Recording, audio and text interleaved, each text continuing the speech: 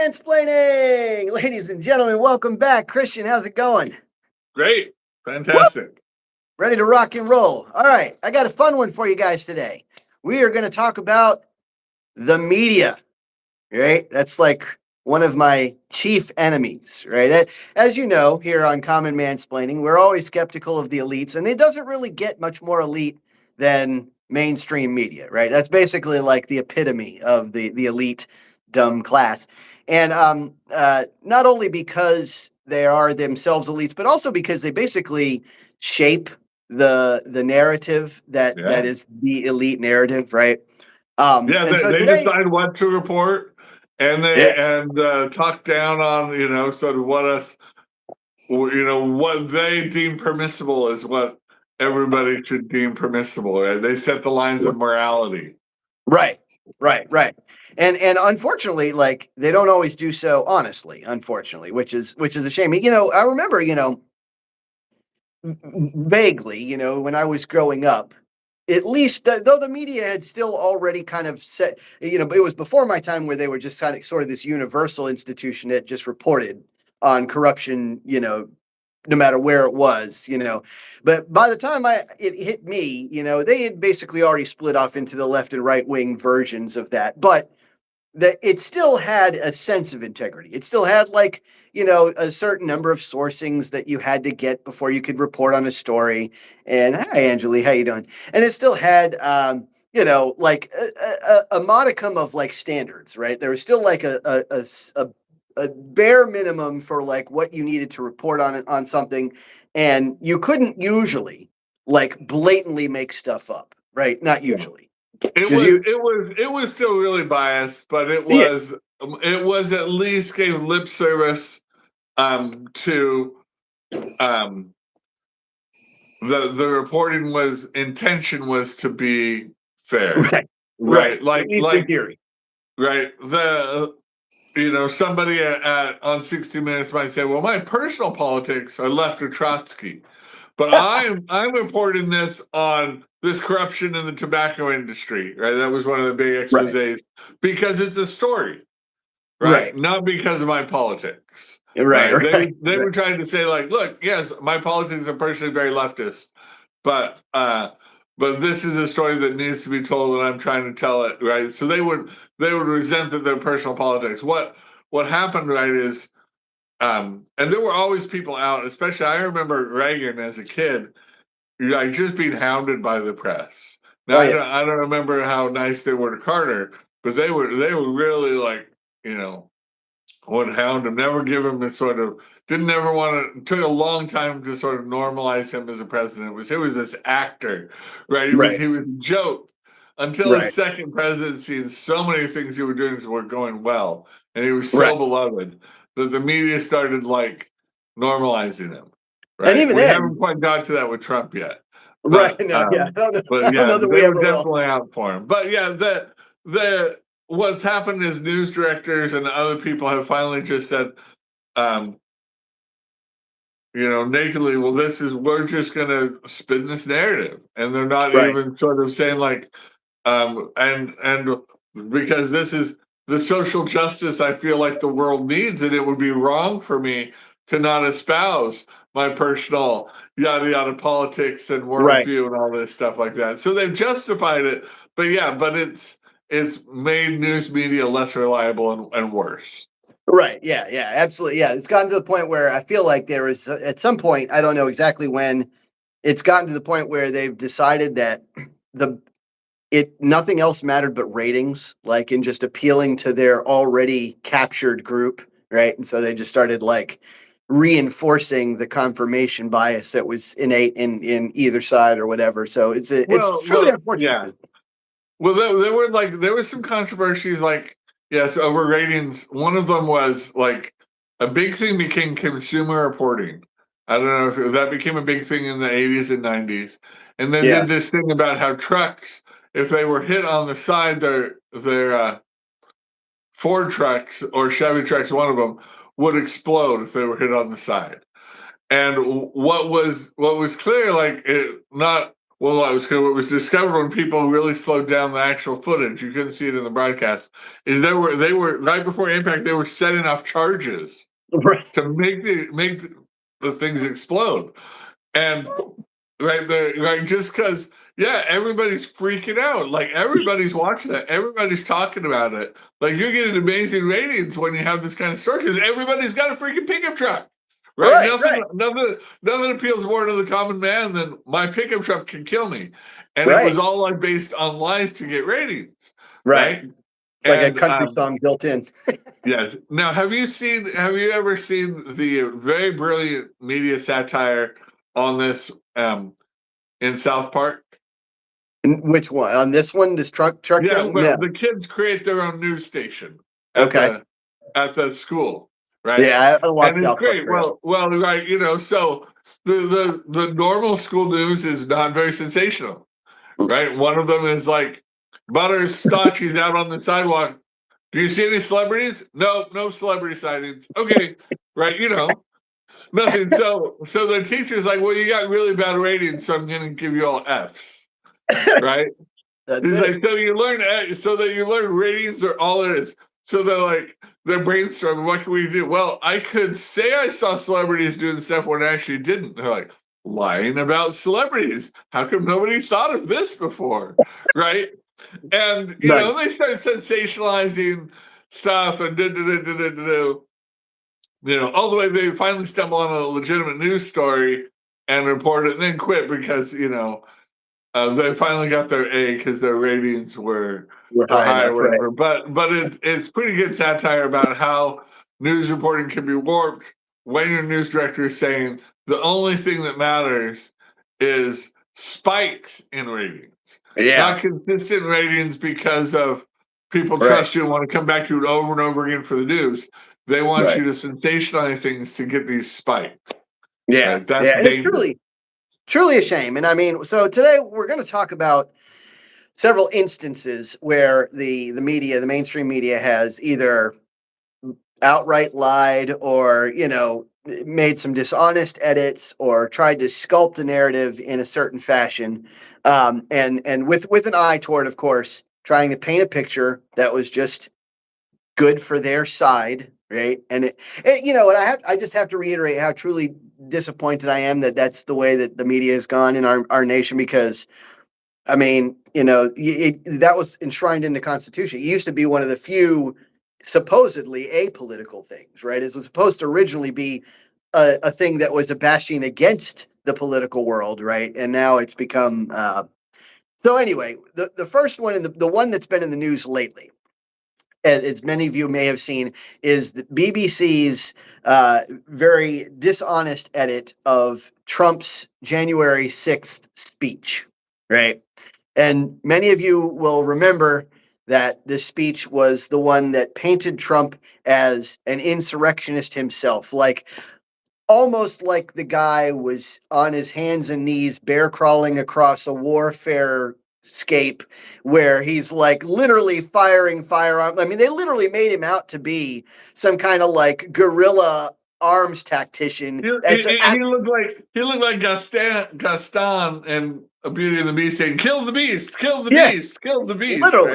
Literally. So just so that you have the exact wording right, the place where he says we're going to go walk down to the Capitol. And by the way, I just want to insert this for those of you who don't recall. This actually wasn't the first time that they had a speech there and then gone from that speech to protest at the Capitol. It's actually the third time, right? And so one of the things that I've been saying this whole time is that Trump had no reason to suspect this third time would be any different than the previous two, right? Where they did just actually walk down to the Capitol and protest peacefully, right? And so in the speech the actual speech, he said, we're going to go down to the Capitol and we're going to cheer our brave senators and congressmen.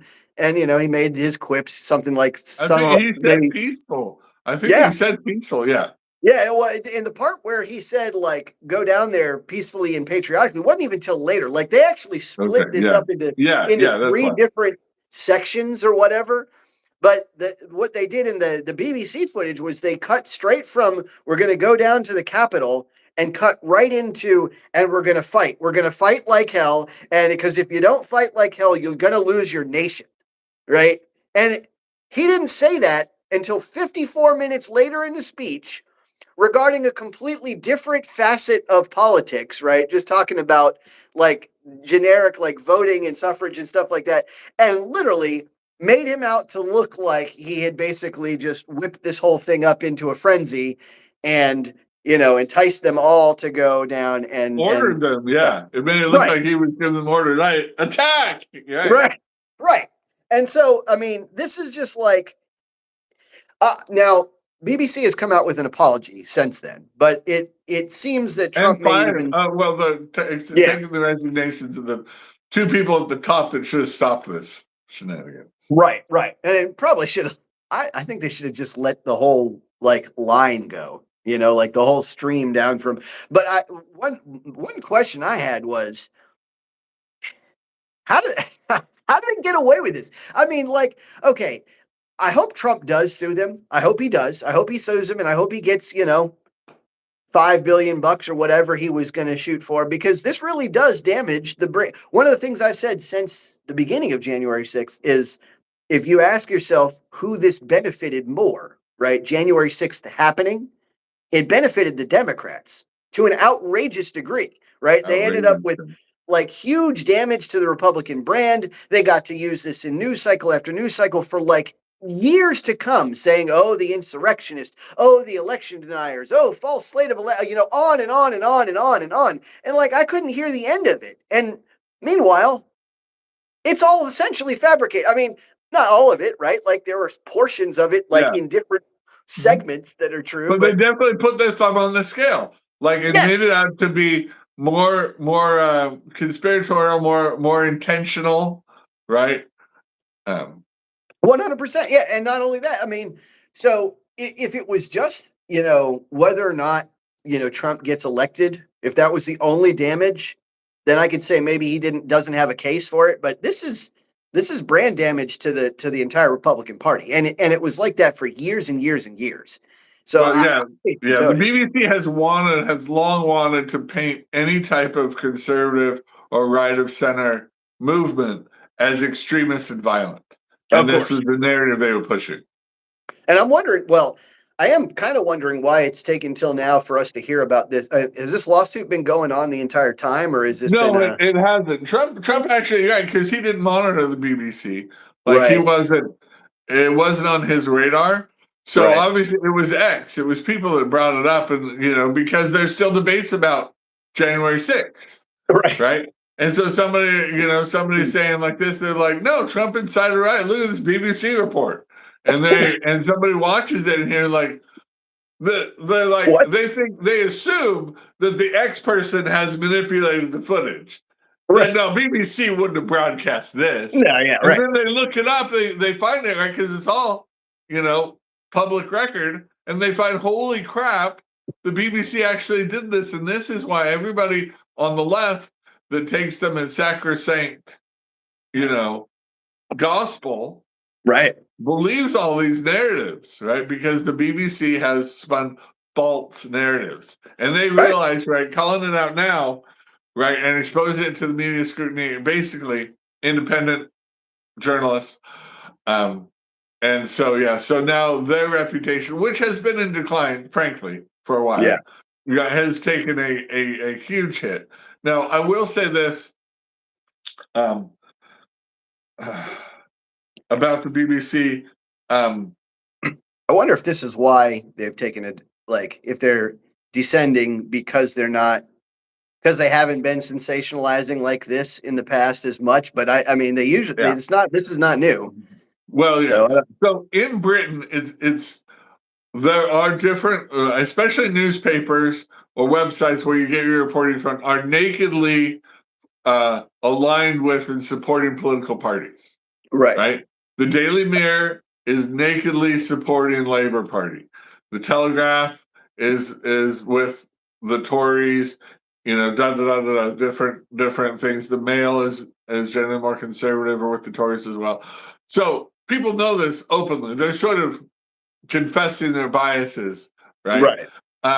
And people, right, if you're in that party, this is where you're going to get your news, right? So they're going to report on the same things, but slant it, right, like they're talking to a friend, like how we're going to frame this story, right? But the BBC was supposed to not, right, because people are required to pay a license. They're a state-funded, like official, the news reporting of record, and have a big international reporting. They're supposed to be unbiased, right? Above that, at least that's their official sort of thing. But yeah, what I found and why they've been so degraded is that they are very leftist and in an elitist way, right? Like in Great Britain, you don't have the freedom of speech that we have here. So post on social media can get you arrested if you're not one of the elite journalists, right?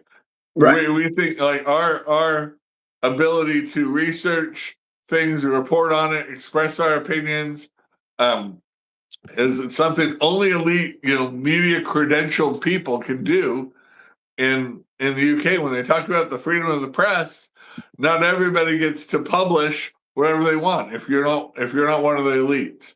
So it's very classicist and that, and very looked down upon anybody that doesn't that's right of center, especially that's skeptical of unmitigated immigration. Anybody that supported Brexit was not taken seriously, or right, and you'd find this uneven reporting very constant there. Right, like with Tommy Robinson and like them trying to cover up all the grape gangs, and I mean that's insane. Like if you've gotten to the point where as an institution you're trying to like avoid a topic that where your whole job as an institution is to report on topics, right? Like, and you're trying to avoid one because you don't want to, like I don't know, be called, It was too their justification was it was too sensational and would upset people too much. That's like the number one foundation of news is like upset people, right? No news is good. Right. So this is the damage when you take the BBC and they're not tied to ratings because they're funded by this license. So their ratings don't matter. Their advertising ratings don't matter, right? So and this is actually one of the reasons why the press knew that John F. Kennedy was committing lots and lots of extramarital affairs while he was president, right? But they didn't report it because they felt like people would be so outraged because the first lady was so beloved, and that it was a national security risk, being that we were having these negotiations, Cuban Missile Crisis kind of stuff with the Russians, that anything they did that weakened, made the president diminish that much was a national security risk. So they sat on it, right? They knew about it, right? They sat on it. It's almost like they're using that kind of like, well, people would be too upset, too outraged. We as a national security, we need to suppress this to the same degree like the press did report on Kennedy's extramarital affairs. Now it's where that's a personal matter versus, a public crimes that are happening, convictions that are happening that you're not reporting. Right. It's obviously not the same thing, but these were their justifications. Yeah, that's insane. Yeah. And especially like that and like the PBS here in America where like anybody who's getting public funding, like anybody who has any kind of association with the government itself, I feel like the only thing they should be allowed to do is like cold hard facts, don't editorialize, like leave the editorial set, or at least if you do, like be like blatantly overt with, I am a I'm a member of this party, I vote this way, this is my bias, and this is an editorialized section. And like really segment it aside so that it's very clear, right?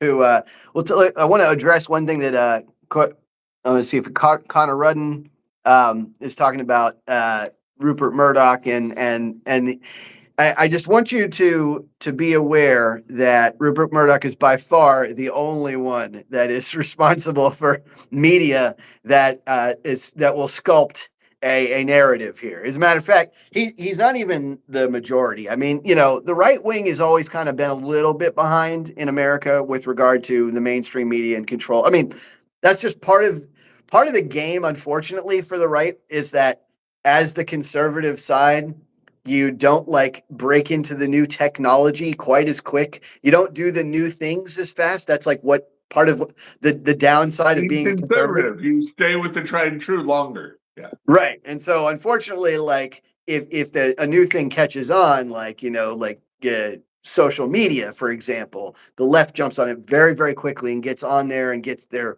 webs and their tendrils, all their networks set up. And the same thing was true for mainstream media. They were definitely very, very quick to like corner, which is why it's like in the mainstream media realm, it's like Fox and then MSNBC, CNN, whatever, on and on and on and on. Like, CBS and ABC and NBC yeah, News. But one of the things when Fox started going live that they got ratings, and it was because their reporting was not had a breath of frankness and directness and pro-American.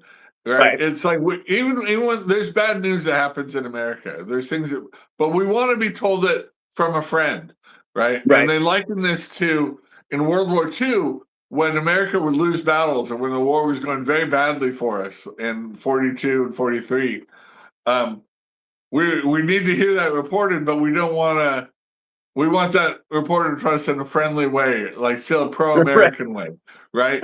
And that was sort of Fox News, sort of common sense kind of things, but reporting on issues that were being swept under the rug or just a little bit.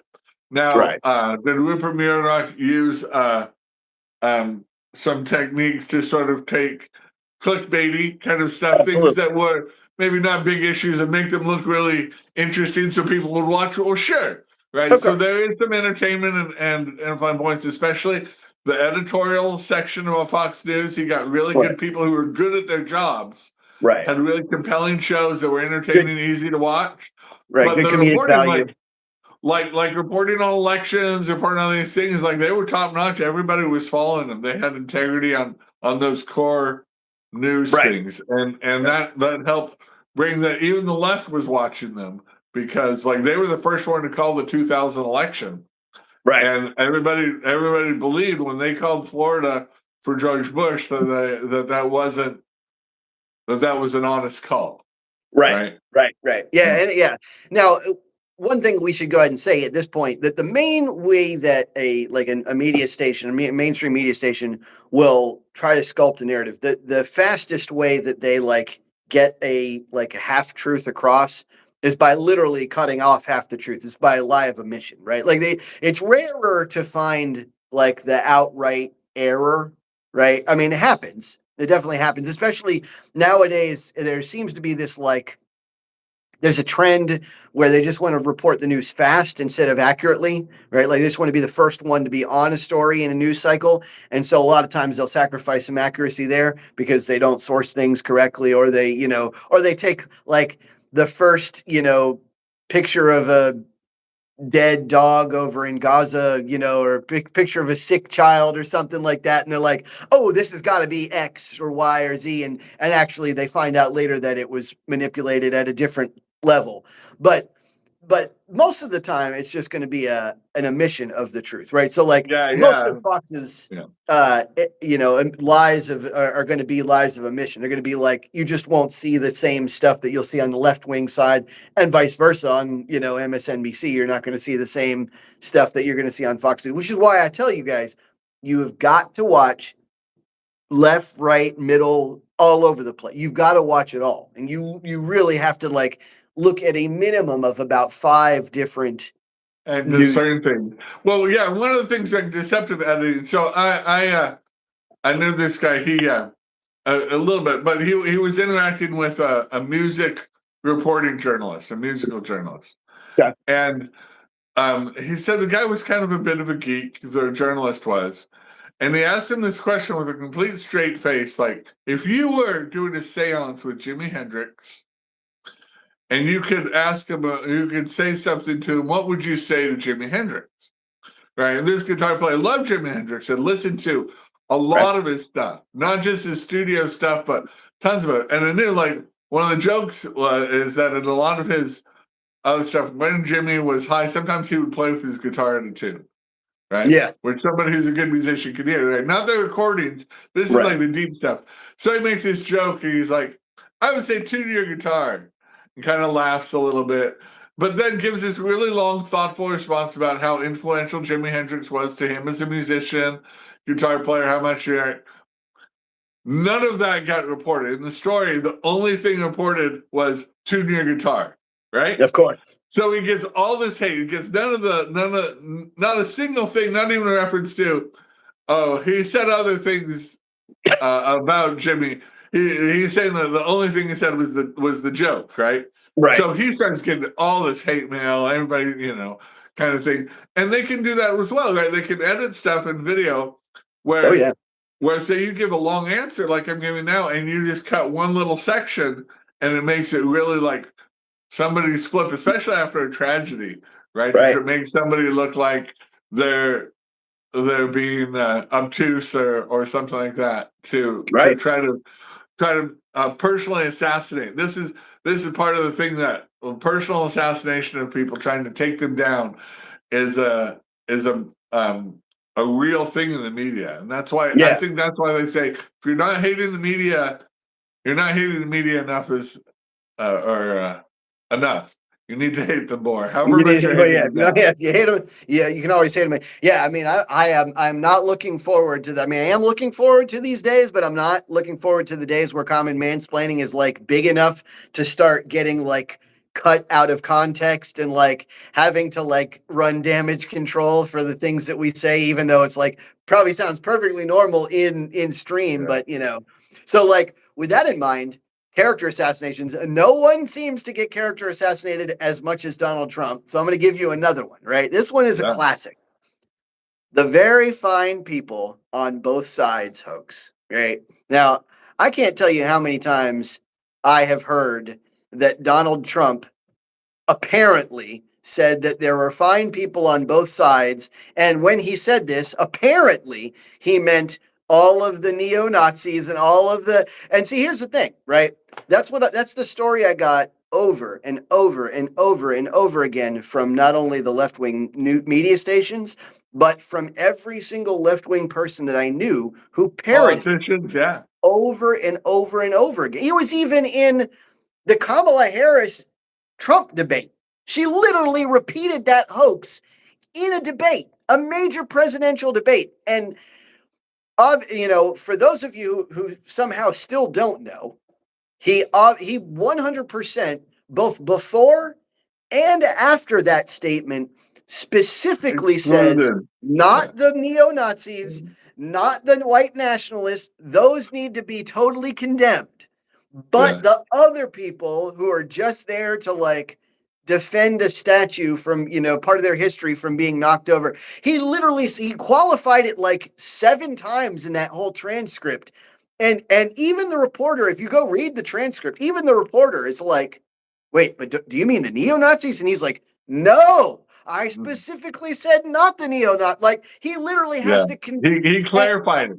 There should have been, it was dishonest to the core and not in the spirit of reporting to take him out of context and spin that narrative just because you had the opportunity to. Hey, somebody was like, hey, if we take this little soundbite exclusively, that sounds spicy. Yeah, but it's not what he meant. Yeah. Well, yeah, but still, like, right? They couldn't resist, and if you're going to be an elitist, your morals, you've got to resist. If you want respect, if you want us to respect you like Walter Cronkite as an arbiter of truth, right?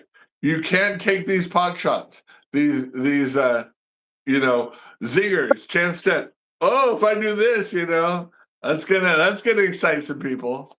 Right. No, yeah. I mean, so like, I mean, I don't want to curtail the speech of the free press. I don't. Like, nobody wants to go there, which is why it's so incredibly important that they maintain their own integrity, right? Like, nobody wants to ever go down that path. They need to be criticized. Yeah. Right. Now, and what's going to end up happening, and what has already begun to happen, is the mainstream media has just started to lose its credibility. Like that's the people no longer are paying attention to it like they used to. CNN's numbers are in the toilet, MSNBC's numbers are into basically everybody but Fox. And even Fox is pretty static. Like they're not losing very much, but they're also not gaining much either.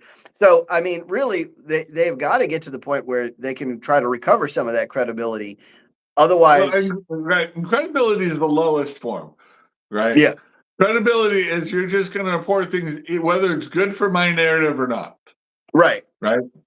Right. Above that, then you have trust. Right? yes, You trust them that they're going to get the whole story and not manipulate things like that, like the very fine people hoax.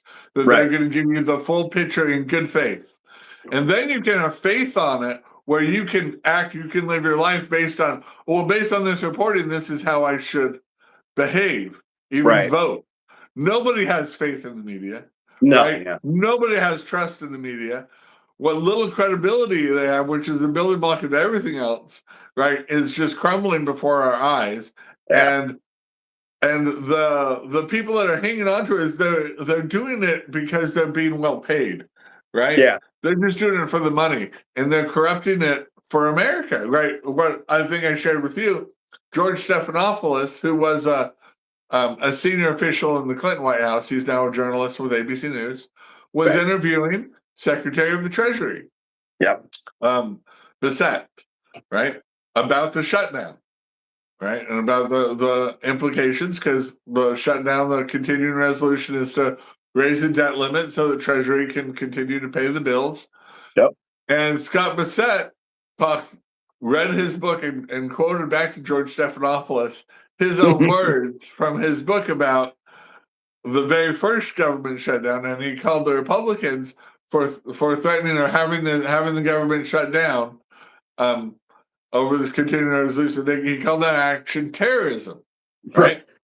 And Scott Bissett called him on it, right? And this is, you have to hold people accountable. And George Stephanopoulos says, well, that's a mischaracterization of mine. He says, well, it's a quote in your book, right? That's it. How am I mischaracterizing? Well, it's totally out of, not material to what we're talking about now.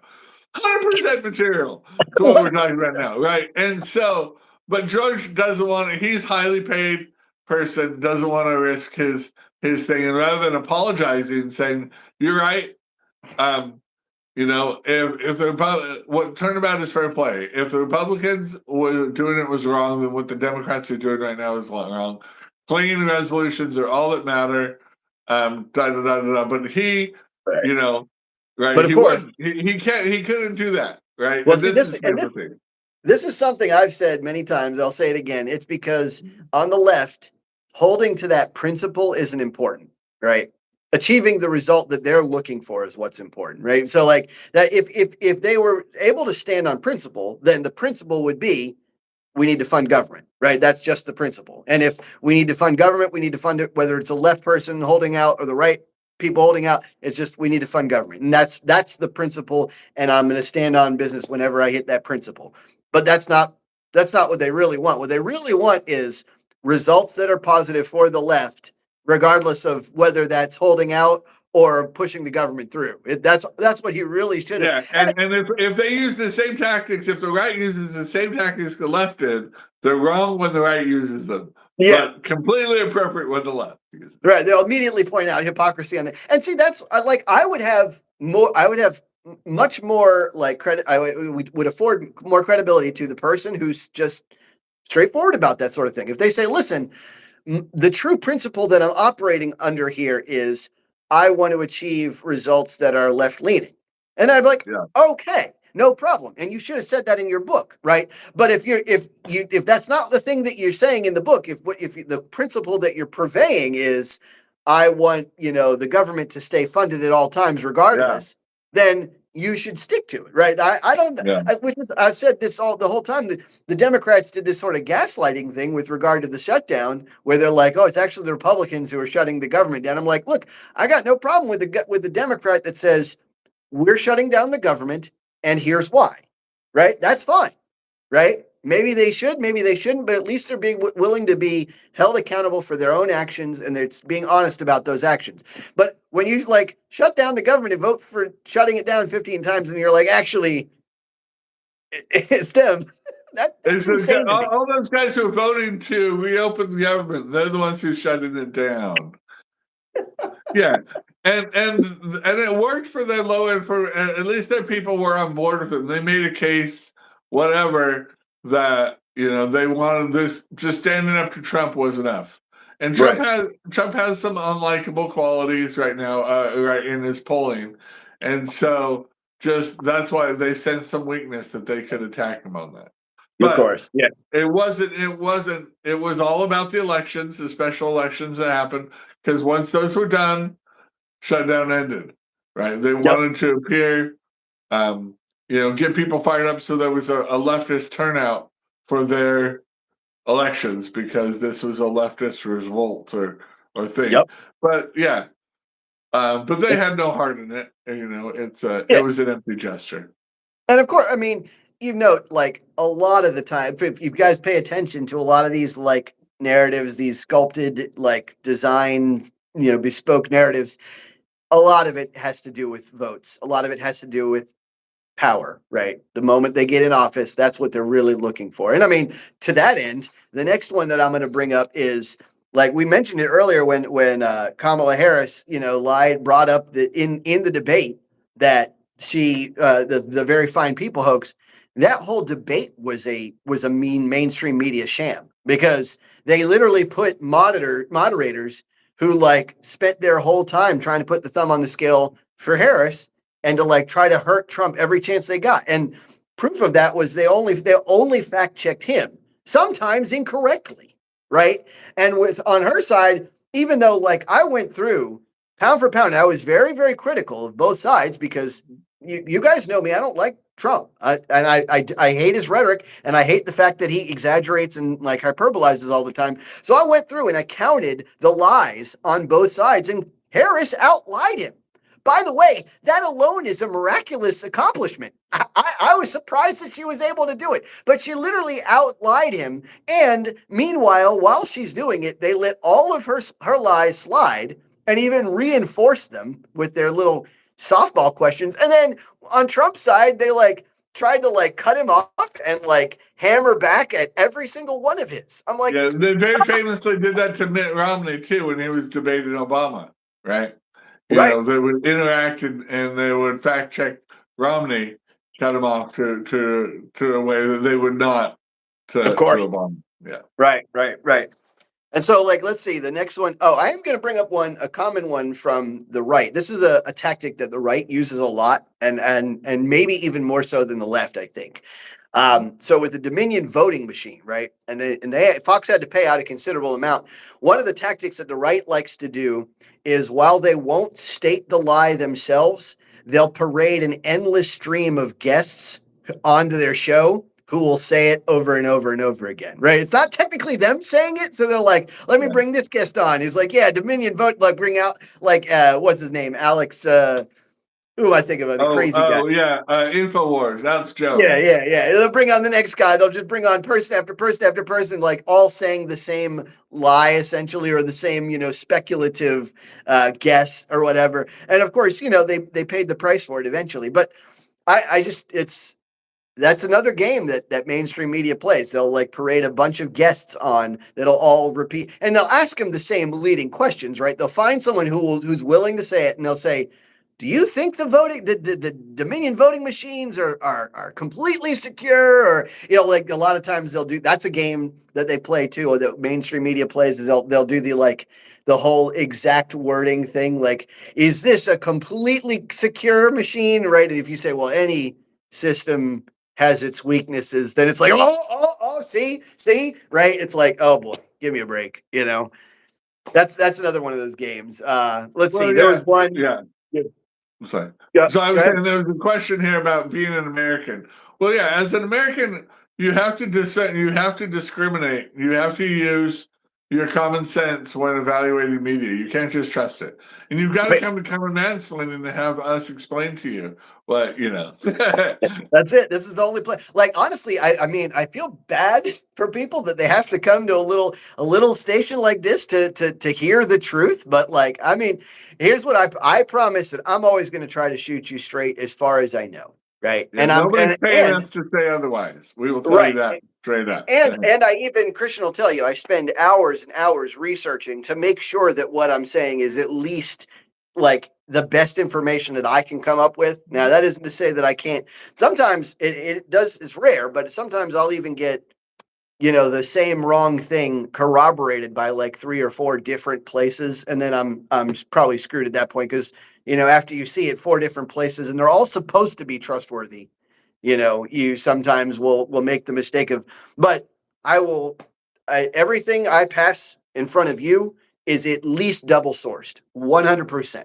If it's a news item, like if it's an event, right? Now, if it's my editorialized version of it, I'm usually very clear about that. I'll tell you, hey, this is my opinion. This is what I think. This is what we ought to do, or whatever. That's me talking. But if I'm telling you, we're like for example, I'm about to tell you that MSNBC edited the Kyle Rittenhouse footage to make it look like he was an active combatant as opposed to someone who had been chased, knocked down, and attacked, right? Like that's quadruple source. That's all over the place. You can find that anywhere. And I encourage, if anybody ever hears something like that, like me stating an event, right, and you don't believe it or something, or you find it hard to to understand or to comprehend, fact check me. Please do. Like, I never want to be the guy that tells you like that I'm shooting you straight and you shouldn't look anywhere else. No, definitely check behind me. Yeah, we're not in law enforcement. We're not elites, but we are, we're skeptics. So we're not going to just take something at face value. We're going to look at it. But it's important that we emphasize the importance X has had in letting independent journalism be heard, right? That left-wing, right-wing sources or any type of alternative independent sourcing was being suppressed quite blatantly from online media sources. And when Elon Musk took over X, he allowed that, and it's huge. It's finally holding, like in Great Britain, holding the BBC accountable. It's holding Labour Party finally accountable, and trying to get affect some change. It's slow. I mean, they've got a long road to go, but when the media tries to pull something, if the other media is not going to check them on that, right? The other media is going to be like, we're not going to fact check, these other people as professional courtesy. We have X who will go back and say, and do that, and that's important. And the government cannot suppress that here in America. In Canada, in the UK, you make a post and you're critical of something, of a story, you have no guarantee, right? You can be arrested. You have no freedom of speech here. So we are affording that. We're giving that service to you, Canadians and people of Great Britain, that we can speak. We have the privilege to speak as Americans and not face retribution for calling out where the media has wrongly reported a story for reasons, maybe they just feel like it would anger you too much, not because it was not true or that you shouldn't be angered. They knew it would agitate change that they didn't want. Right.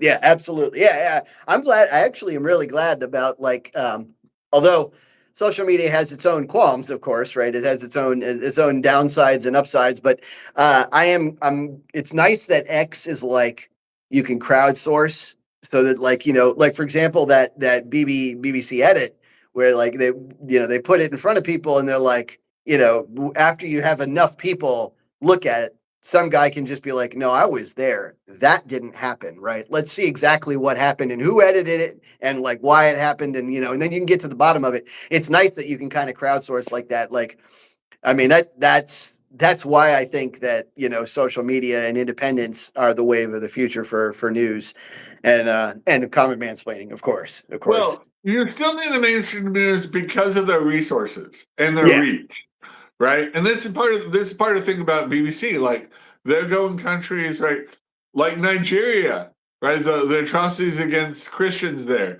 The BBCs are the only ones who are really reporting that. They're in countries where the common man can't get there. We don't have the funding to go there.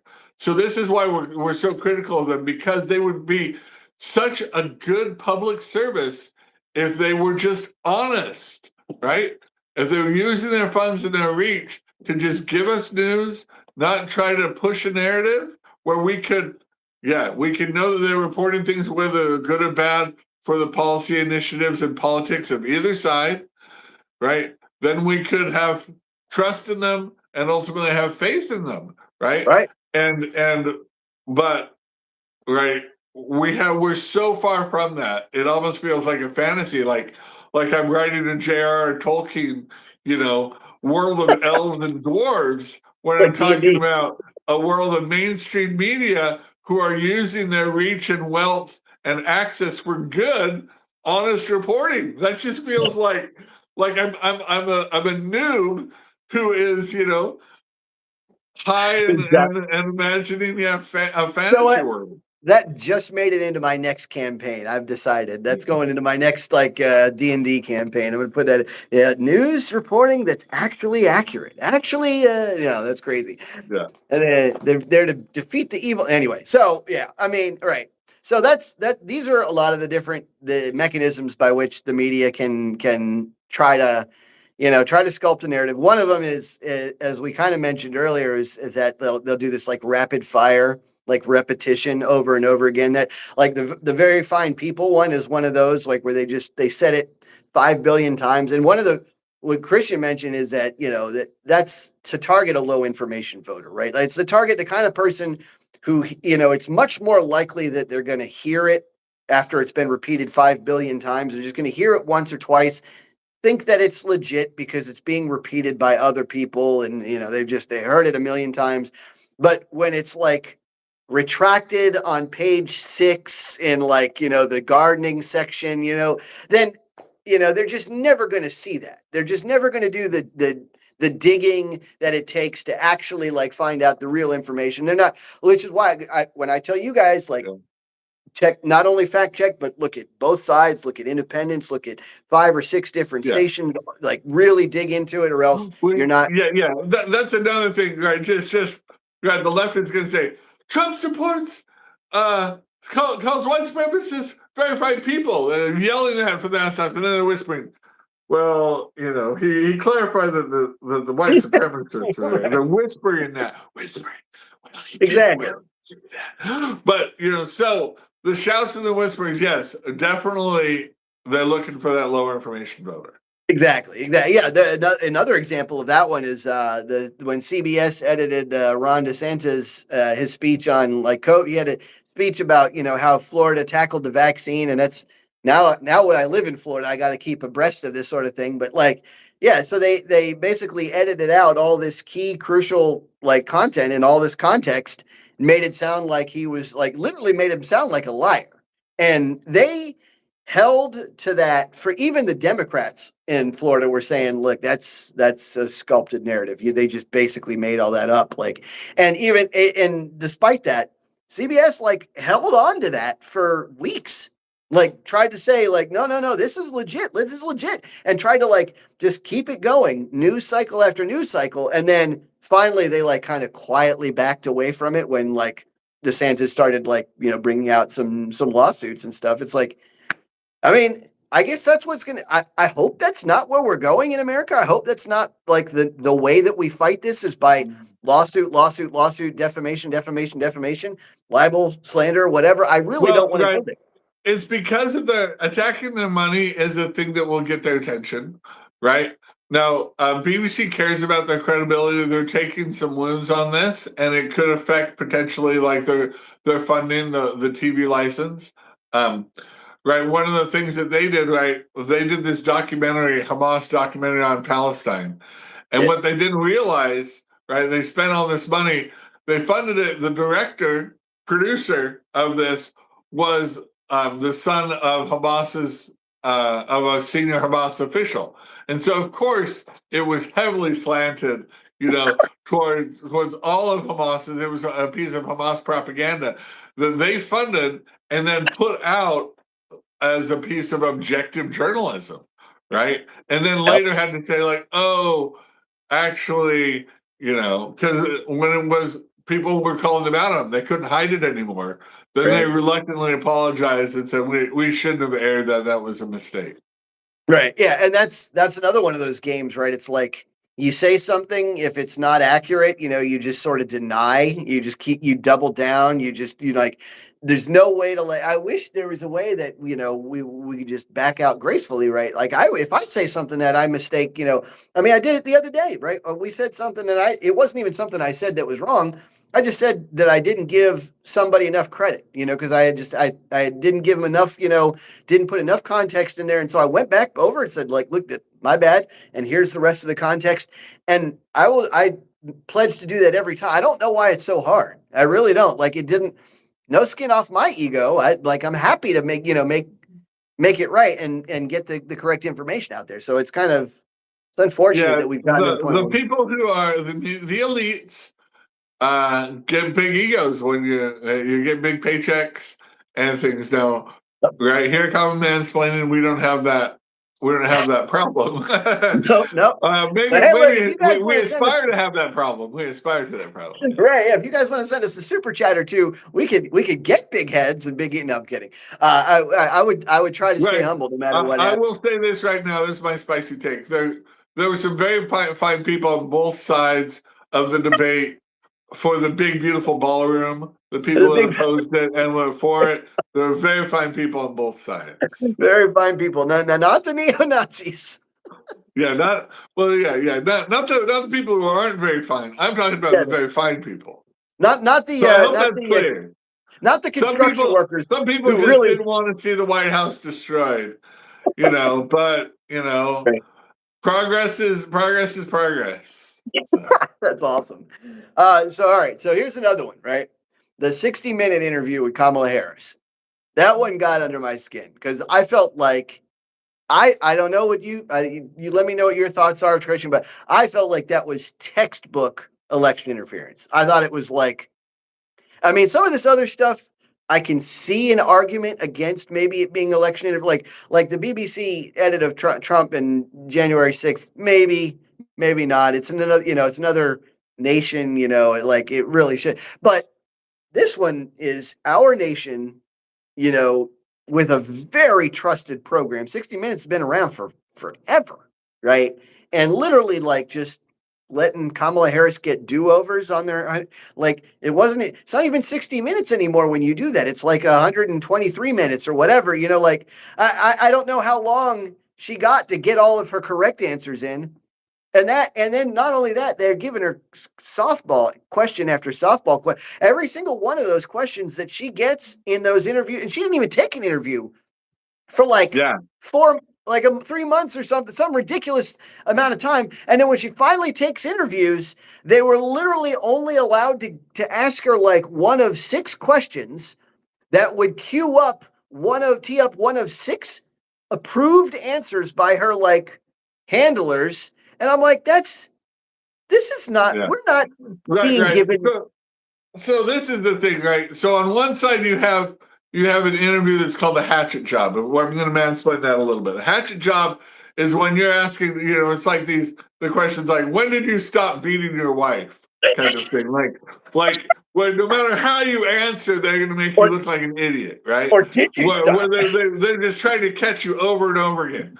Then you have the middle of the road, honest but hard-hitting questions that hold you accountable, want you to spell out the policy initiatives that you support and the ones you oppose. They just want, right?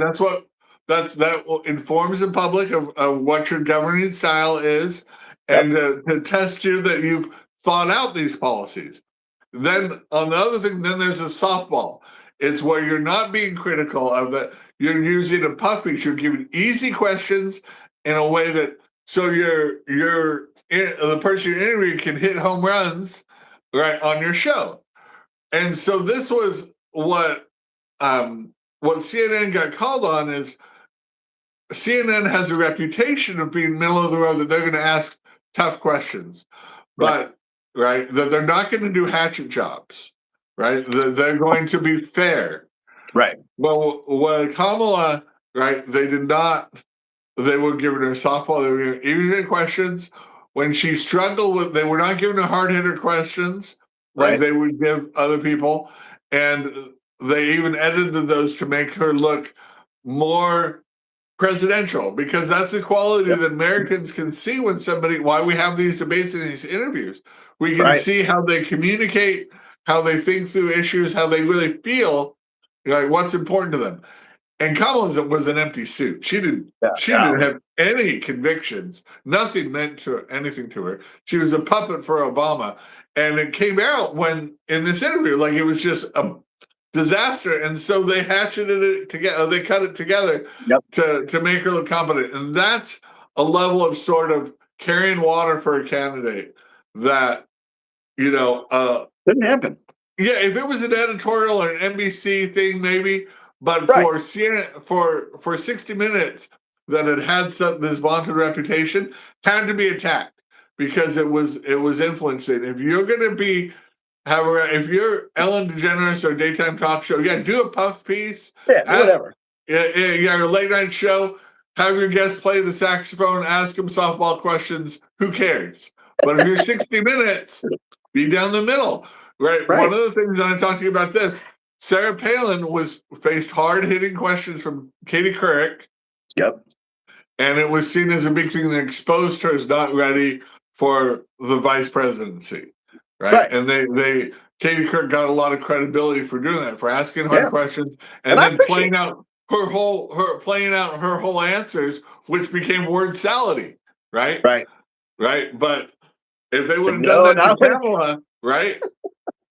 That's what we're expecting. If you praise them for doing it to Sarah Palin, you got to do the same thing to Kamala Harris. That's right. Again, let's keep that principle solid for one. Yeah, right. Every one of Kamala Harris's questions were like, "So, tell us about your upbringing." And Kamala could just be like, "Well, I was raised as a middle class kid," and which is a lie anyway. But that's not the point. The point is, like, it was the same question over and over and over again. Like, you could look at her interviews and literally line them up, and each question was the same, each answer was the same, and it was like, and I just don't understand. I don't understand how people are trapped by that, but they are. And so knowing that they are, that's how the media operates, right? They know that, look, all we have to do is just paint this picture and make it look like she's got brains, when in reality, she's just word salad. Yeah. And I'm not saying that Kamala Harris is stupid. I'm just saying that she's not as smart as I am, and I don't. She was not presidential. She was not presidential. Yeah, she definitely wasn't presidential. But anyway, so that's what we got for you today, guys. Kristen, you have any closing thoughts? Well, again, I aspire to. I think if we can get news directors, and if the BBC, right, is truly humbled by this, then they can get new objectives in, and a right-wing perspective is not the end of the world. A conservative thing where, hey, we report this, we're hard-hitting on both sides, we're not trying to spin a narrative, right? We'll let us do the reporting and let the politicians spin our reporting to whatever end. That's on them, but we're not going to be part of the spin machine. That's right. I think that's a long road to hoe. I think it's going to involve more than two people losing their jobs or being replaced. And I think they're going to have to give up being supported unilaterally by the British people and win back their trust the old-fashioned way. Hard work and over time. It's not going to be a quick fix. It's not going to be, oh, you did one show or did 1 week of fair reporting. They're going to have to see this for long. And that's with the media, right? They're fine with when they're caught, behaving for the short period of time while they feel like everybody's watching. But when, long down the road, then they revert back to their same old biases. And that's the thing. If we want to see real change we can believe in, right? We need to see that stick long down the road, even when there hasn't been a media crisis or embarrassment. Definitely. Yeah, and same for American media too. I mean, I want them to try to regain their credibility. I wish they would. I hope that, I mean, one of the things that we talked about a little bit was that, in like right around the time Obama got elected, they called it the Great Awakening, and like media started trying to really put their thumb on. I mean, they were already doing it, but like really start like mentioning the word racist a billion times a day, and we're mentioning the word sexist a billion times a day, and try to They show became every. social justice warriors, right? Yeah, really did. And I hope that they go back to just report the news, source your material, make sure it's accurate, report the news. That's all I need you for, right? Whether it's good or bad for your Right, side. right. If I want to hear about editorials, I'll go to a talk show. I'll watch The View or whatever, like probably not that one, but you We'll get my. watch The View. Yeah, nobody's gonna watch it. Anyway, Do a guys, lot of thank you. research. We do not watch The View. So Thanks so much for watching, everybody. Please like, share, and subscribe. We do this on every Thursday, every Sunday, 9 to 10. Check us out, and please share this with all your friends. Share both of them, all three of them. Anyway, catch you guys later on Common Mansplaining.